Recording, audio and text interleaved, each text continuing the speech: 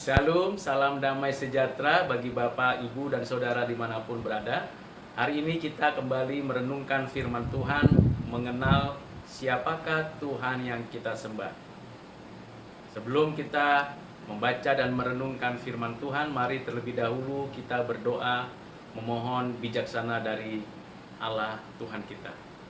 Ya Bapa, kiranya Engkau menolong kami untuk mengerti kebenaran-Mu, memahami kehendak-Mu, dan kami sungguh bersyukur atas segala firman yang kami akan dengarkan dan kami renungkan. Berkati sertai kami ya Tuhan. Di dalam nama-Mu Tuhan Yesus kami berdoa. Amin. Bapak, Ibu, dan Saudara yang kekasih di dalam Kristus, hari ini kita akan belajar dari satu perikop mengenai kebangkitan. Dan Tuhan menyatakan kepada kita dari Injil Yohanes pasal 11 ayat 25 sampai dengan 26. Demikianlah firman Tuhan. Jawab Yesus, "Akulah kebangkitan dan hidup. Barang siapa percaya kepadaku, ia akan hidup walaupun ia sudah mati. Dan setiap orang yang hidup dan yang percaya kepadaku tidak akan mati selama-lamanya. Percayakah engkau akan hal ini?" Teks ayat yang kita baru saja dengar itu di dalam konteks di mana ada kematian daripada Lazarus, saudara Maria dan Marta. Pada hari yang keempat, Tuhan membangkitkan Lazarus dengan berkata, "Hai Lazarus, bangkitlah." Tuhan menyatakan kepada kita bahwa Dia adalah kebangkitan dan hidup. Di dalam perjanjian lama ada dua nabi yang membangkitkan orang mati, Nabi Elia dan Nabi Elisa. Kedua nabi ini memanggil nama Tuhan untuk menyatakan kasih, kuasa, dan anugerahnya, sehingga ada orang mati dibangkitkan. Dan di dalam perjanjian baru ada dua rasul yang membangkitkan orang mati, yaitu Rasul Petrus dan Rasul Paulus. Dan mereka membangkitkan orang mati di dalam nama Tuhan Yesus Kristus. Namun kita lihat dan kita membaca di dalam teks ini bahwa Tuhan membangkitkan Lazarus langsung dengan namanya dipanggil. Dia tidak menyebut nama Tuhan atau demi Tuhan, tetapi langsung dia mengatakan, "Lazarus, bangkitlah."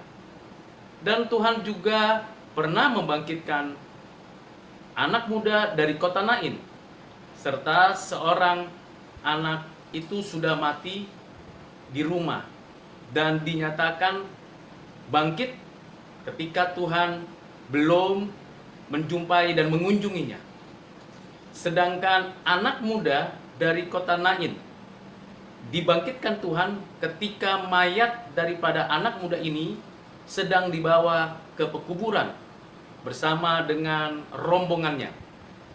Sementara Lazarus yang dibangkitkan Tuhan sudah dikuburkan selama kurang lebih 4 hari. Dan Tuhan membangkitkan. Tuhan membangkitkan orang mati. Tidak ada satu nabi pun dan tidak ada satu rasul pun yang membangkitkan orang mati dengan kuasanya. Nabi Elia dan Nabi Elisa, Rasul Petrus dan Rasul Paulus membangkitkan orang mati dengan kuasa dan nama Tuhan.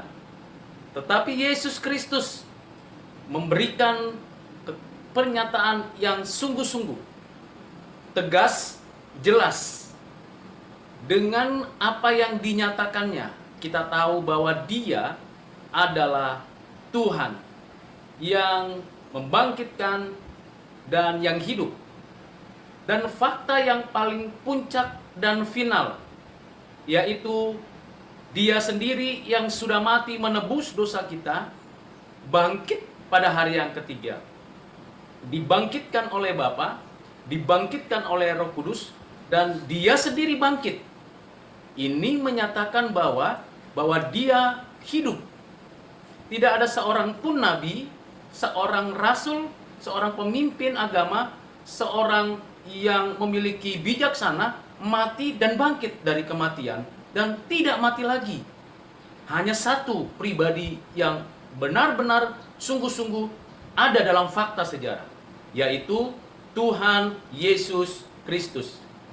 Sedangkan orang-orang yang dibangkitkan pada zaman Perjanjian Lama dan Perjanjian Baru, serta yang dibangkitkan oleh Tuhan, Lazarus, anak muda dari kota Nain, ternyata setelah dibangkitkan secara natural, secara alamiah, dia mati lagi.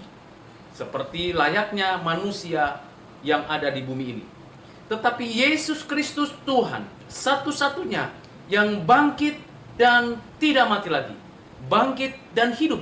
Mengapa? Karena dia adalah kebangkitan itu sendiri. Dan dia adalah hidup itu sendiri.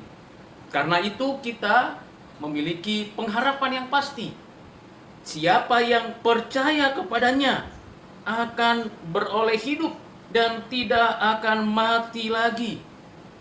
Kita tahu kematian bukan hanya secara fisik dan secara rohani, tetapi juga kematian kekal. Bagi orang berdosa, setiap orang akan mengalami kematian kekal, kecuali dianugerahkan hidup yang kekal oleh Allah melalui Kristus.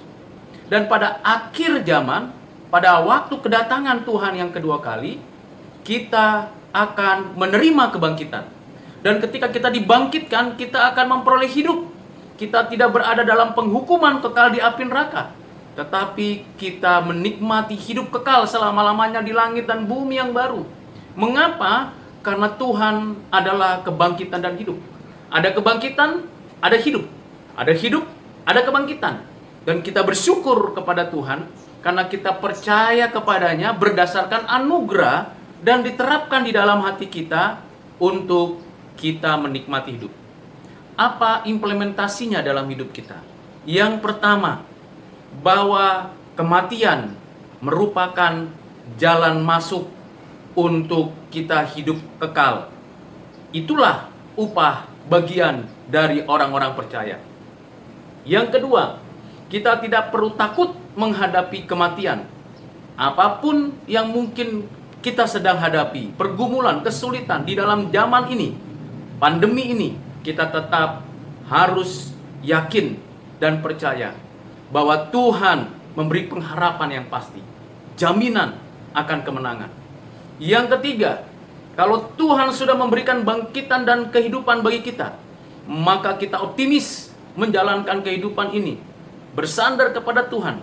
Segala hal yang mungkin menghalangi kita bersekutu dengan Tuhan, berbagian dalam pekerjaan Tuhan di bumi ini, kita akan hadapi, karena ada hidup yang menghidupkan, hidup yang berkelimpahan, yang dikaruniakan kepada kita hanya untuk kemuliaan Dia.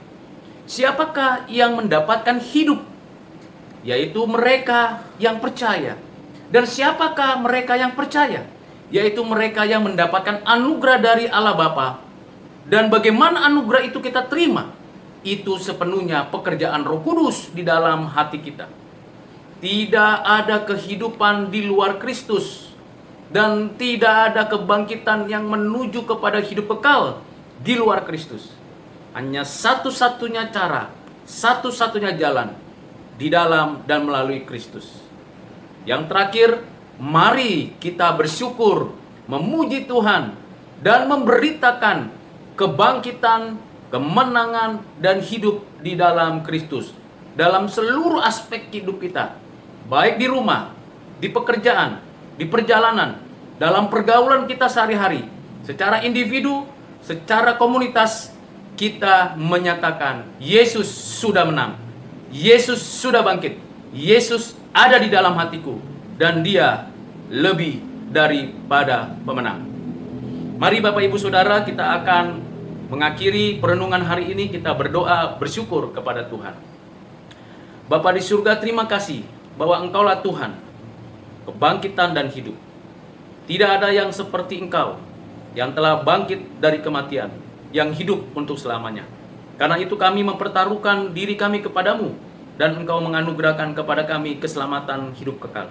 Kami bersyukur mempercayai Tuhan, karena Tuhan yang memberikan kehidupan itu kepada kami. Karena di luar Engkau ya Tuhan, kami tidak memiliki hidup, tetapi kami berada di dalam kematian. Dan di dalam Engkau kami menikmati pengharapan yang pasti. Kalaupun ada kematian yang kami harus hadapi, kami menjalaninya dan menghadapinya dengan penuh sukacita.